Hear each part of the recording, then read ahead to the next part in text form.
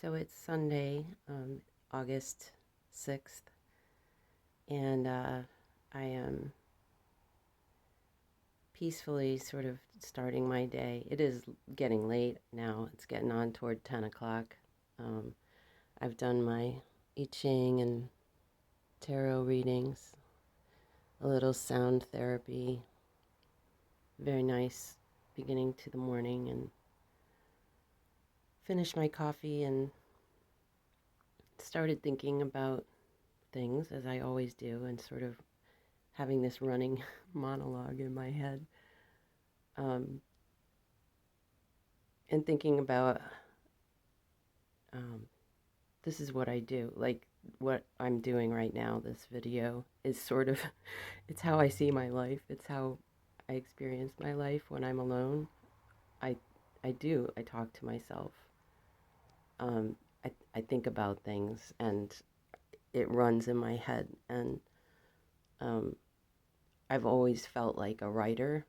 I mean, not always, but I mean, even just learning how to write when I was a kid was such a wonderful experience. I'm like clenching my fist and going, remembering the pencil and how it felt and looked at the same time. I was watching um, the pencil grab onto the paper and form these letters, and the letters made words, and it was this great experience for me when I was a little kid. And then, I found out about writing later, and that became just a thing that I did and always have done. Um, but I got into a lot of trouble when I was 16. Before when I was 16, like for years, culminating when I was 16 and being sent away, first to a psych ward and then to a mental hospital, and then, a couple of boarding schools. Um, and my writing was instrumental in getting me sent away. And I took a vow, like I vowed that I would not write anymore when I was in the hospital. And I threw all of my writing that I possessed into a garbage can in a hospital bathroom. And that vow was really potent, and I really did not write anymore, like except in little bursts. But I mean, I snuck it. I snuck writing, and but never made anything. Like it was all little snippets, like little tiny quilt, or something. I don't know, quilt pieces. Um,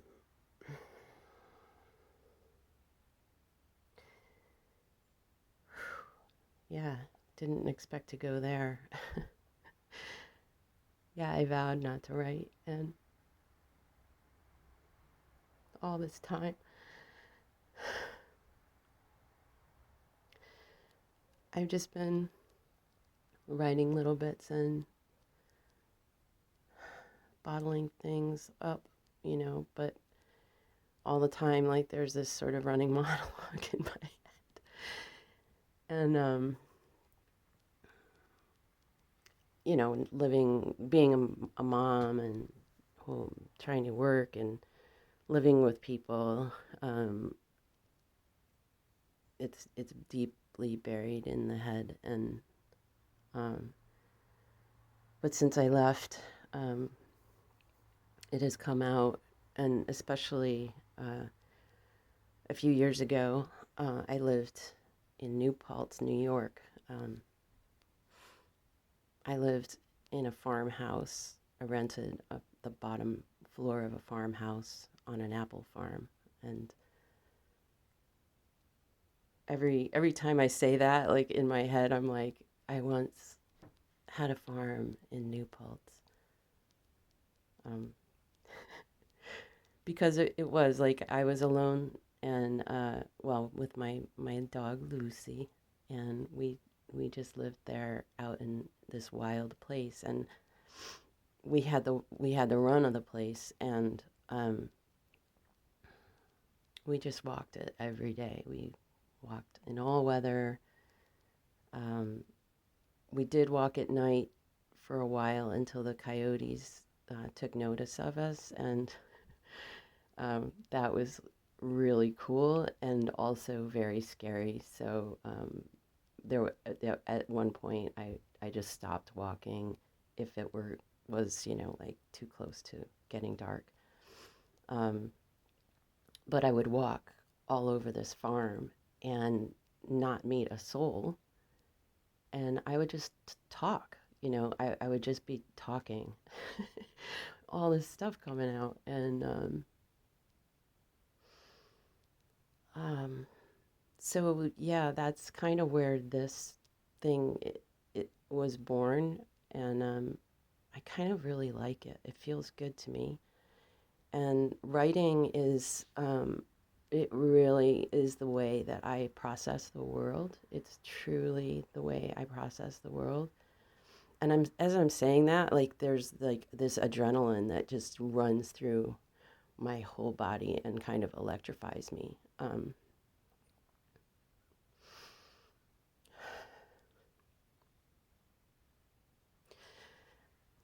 I went, I went to college and got a degree in English, and wrote that way, and fucking excelled, like I was such a fuck up. I was such a fuck up. And like really, I'm so surprised I didn't live, that I've lived as long as I have, But when I went to college and stumbled into literature, I fucking blazed. I was on fire. And um, I found out I was like really smart. Whoa, big revelation. I mean, I knew that before, but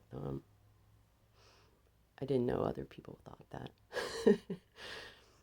And I'm making too much of that, but um, I did blaze. Like I really was on fire, and so I wrote that way, but I haven't written like that ever since. Whew. Okay, I feel like I strayed into something there that deserves um, more attention at another time, but right now it's making me kind of like, oh fuck, I don't want to go there right now. I just said I was really smart. I can't go there. Um, that's too nice. That's too prideful, whatever. I don't know. Which kind of leads me back to what I wanted to say. Like this is really risky. This is really fucking vulnerable to like talk like this and then put it on YouTube. Like, oh my fucking god! Like this is like putting your diary on YouTube or something. It's even worse. It's, this is intimate, like this is me. I'm not writing this and then memorizing it and putting, and just saying stuff that I've written. I mean, I might do that, but uh, right now I'm not. Um, so I kind of went off track, I think, again. But what I wanted to talk about was how vulnerable this is. And, thinking back to what I was talking about earlier about the bullying that I endured. And, ever since that bullying occurred, the intense focus on what other people think of me and how other people see me, um, so much so that I used to think of myself as a chameleon, like I could adapt to, I would adapt to any situation and make myself invisible by taking on, whatever it was, whatever I was meeting. I used to think I was a chameleon until that movie, My Octopus Teacher, came out. And that movie floored me. It it went down into the depths of my being. And I realized I'm an octopus, not a chameleon. I'm a fucking octopus. And with the attendant isolation of the bottom of the cold bottom, dark, the cold, dark bottom of the ocean, that isolation and brilliance at the same time.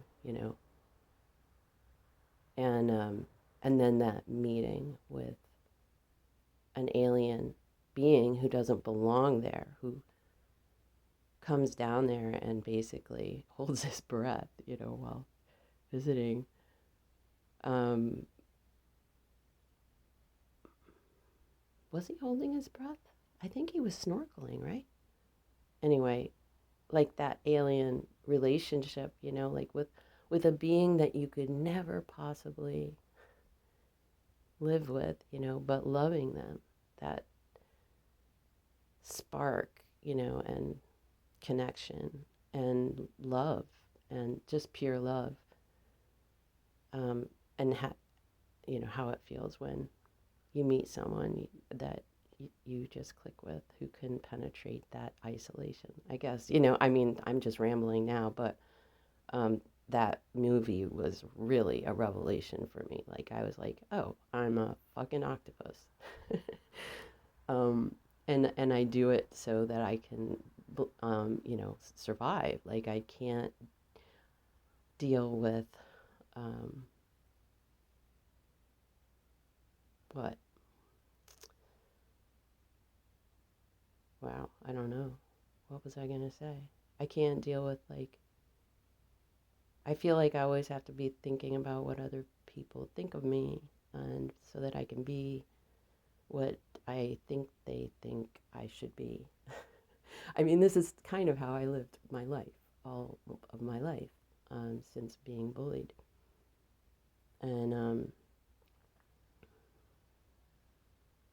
I've been working really, really hard to um, work through all of that all along. And lately, um, I've been, for the past, I don't know, decade, I think. Yeah, I think August actually, wow. That's, no, that was 2012. But anyway, never mind. I was thinking of a camping trip that I took alone in August of 2012, where I realized that I was the one who had to love myself. Um, I realized that, I've realized these things all along, but, sometimes you just have to, like, keep learning the same lesson over and over and over, like, in the very subtle layers of varnish that you might put on. I don't know. I'm thinking about refinishing furniture or something, but like, you have to keep learning these lessons. But that camping trip was like a revelation, where I realized that running around and trying to be what, trying to read people's minds and figure out, like, how you're supposed to be based on those, assumptions, and sometimes very keen insights on what people want you to be. I mean, frankly, like, a lot of people are pretty upfront about what they want out of you. Um, But I realized, like running around trying to do this all the time is it's it's exhausting. It is well, I mean if I ever wanted to find out who I was, who I really was, who I really am, um, I would have to stop doing that. No matter how successful I might be at it, um, is it me? Like, who am I? Who am I? Um,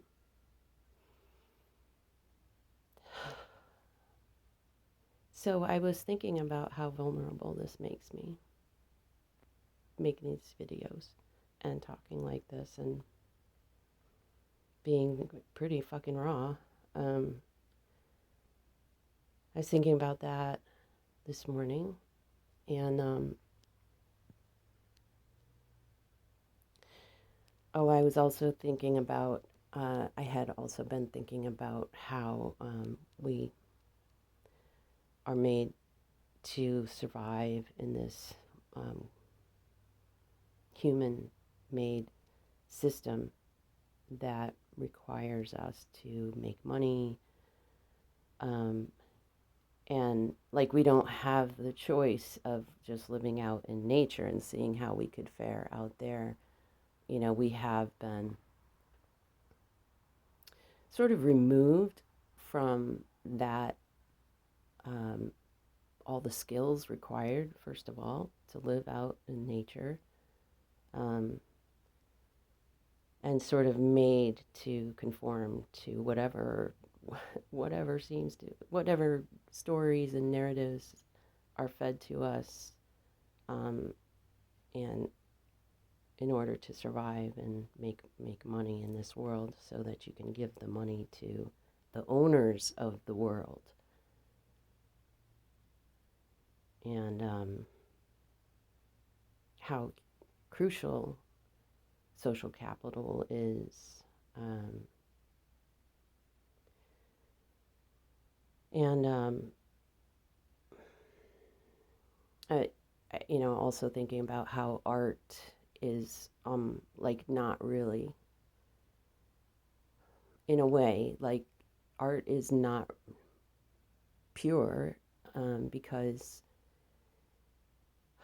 in this world that we live in, it seems like everything needs to be commodified. And um, so you can't just make art in, you know, just for art's sake, and like for a real like dialogue with this gorgeous, beautiful world we live in. Um, there's always that thought of how can you make money off of this? How can I make money off of this so I can survive as an artist? Or, like, how can I do what I want to do and also fulfill this freaking bullshit social contract? Because, frankly, like, fucking, we have a social contract. We used to live out in the wild. Yes, it was difficult. So we got together with other humans, and it was easier. And we gave up some of our freedoms in order to do that. But it was a good trade off, you know? And that's what the basis of the social contract is. You give some freedom up, yes, you do. But in return, you get a lot more comfort, just all around security and comfort. So I call it a bullshit social contract because we don't get nothing. We don't get any comfort. We get stress. We get like poisoned food, poisoned water.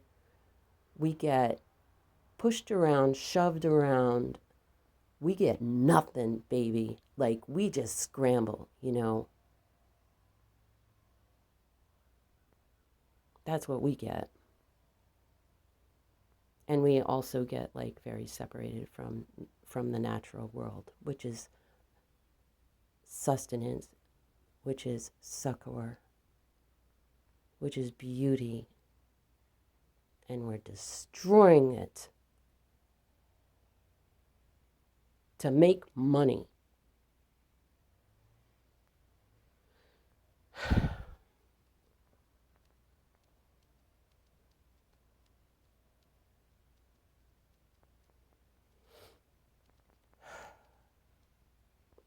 So I was thinking about how vulnerable this makes me,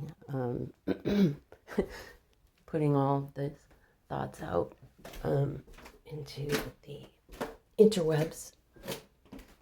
And then, then I started walking around down here. My family came yesterday and we had such a nice time. It was great to see them. But I started walking around and talking to the plants a little bit here. And Jeremy took a few. Um, and I was like, oh, you need some water. And, over here, I was watering these guys and thinking and asking them if they would like to go outside into the sunshine today, you know. And they love that. They love like little field trips outside and they just blossom and they get happy. And I was thinking about how each one of these plants really, I mean, they have basic needs, and all plants have basic needs. Um, they just have varying um, combinations of those needs.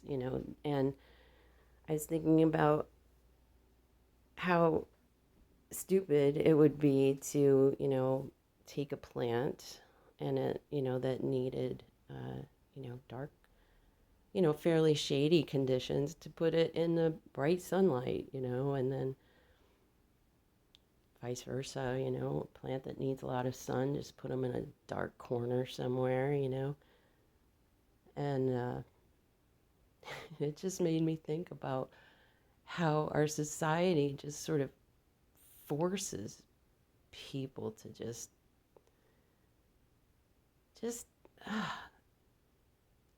I don't know. I didn't even go very far after that because I started thinking I wanted to talk about stuff, and I went on a whole other tangent, I think. I'm kind of exhausted now. Um, whew. But that's processing, baby. That's what processing is, and that's what I'm doing right now. And I hope that you're on whatever journey you are on, that your processing is going swimmingly. And I'm very proud to be here on this earth at this time with all of you. I know, I know you're out there. I know you're out there processing just like I am. And yeah, this isn't for profit. I will say fuck. I will say fuck in every fucking video, guaranteed. So have a great Sunday and love.